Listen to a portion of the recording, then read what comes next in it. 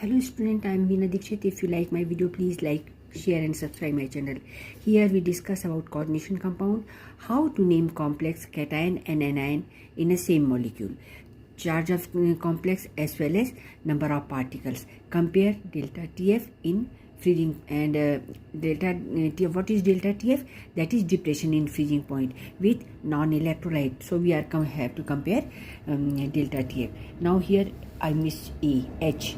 Write on charge. Okay, charge of complex or the number of particles we'll see here. Write down this structure. PT 4 times pyridine. This coordination sphere closed, then coordination sphere start. Platinum 4 times chlorine.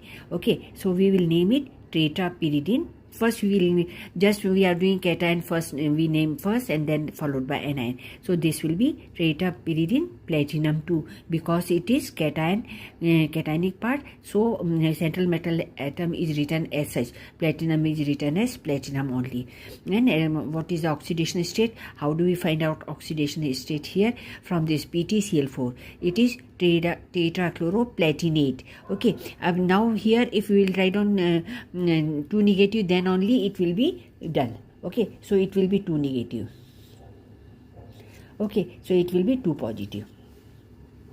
So here total charge here, total number of ions, see 1 cation 1 anion, total charge plus 2 minus 2.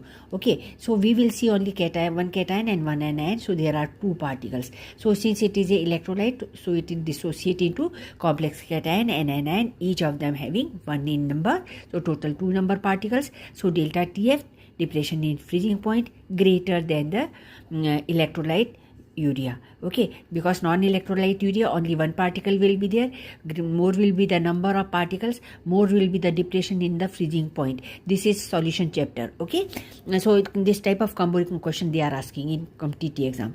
Now second question is CONH3 6 times, coordination sphere closed. Now coordination sphere, within the coordination sphere chromium, and this is thiocyanate 6 times thiocyanate. So and its coordination isomer also.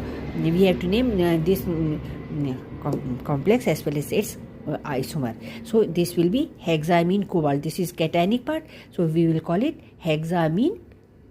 This cobalt in the cation.